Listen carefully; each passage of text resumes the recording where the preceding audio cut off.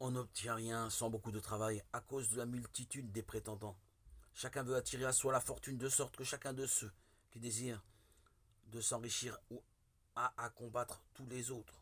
La plupart du temps, on n'obtient rien, ou du moins, on obtient peu. Jamais on n'obtient tout ce qu'on veut.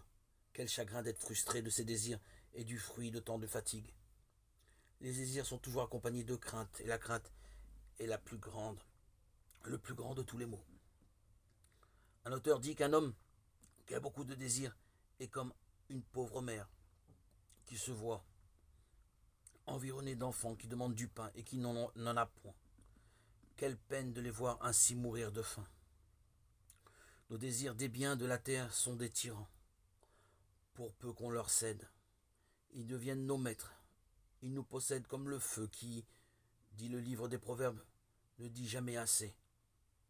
C'est pourquoi les sages de l'Antiquité déjà enseignaient l'importance de la tempérance dans la vie d'un homme. Tempérer ses désirs par la raison, comme le cavalier maîtrise sa monture. L'homme, il établit un ordre véritable dans son intérieur. Il se commande lui-même, il se discipline et devient ami de lui-même. Il est tempérant, plein d'harmonie.